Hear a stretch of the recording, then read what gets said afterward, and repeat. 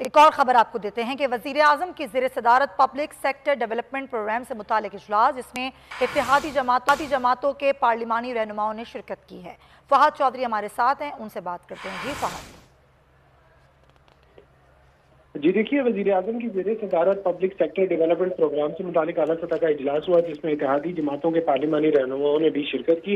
اجلاس میں آئندہ مالی سال کی بجٹ تجاویز پر غور کیا گیا۔ وزارت خزانہ اور وزارت منصوبہ بندی نے ترقیاتی بجٹ پر بریفنگ دی۔ ذرائع کا کہنا ہے کہ ارکان اسمبلی کی ترقیاتی اسکیموں اور فنڈز کی فراہمی سے متعلق بھی اجلاس میں غور کیا گیا، اور وزیر اعظم نے معاشی صورتحال کو مد نظر رکھتے ہوئے ترقیاتی منصوبے تشکیل دینے کی ہدایت کی ہے اور کہا ہے کہ موجودہ حالات میں ترجیحات کا تعین کرنا ضروری ہے۔ 1100 ارب روپے کا وفاقی ترقیاتی پروگرام پاکستان کی۔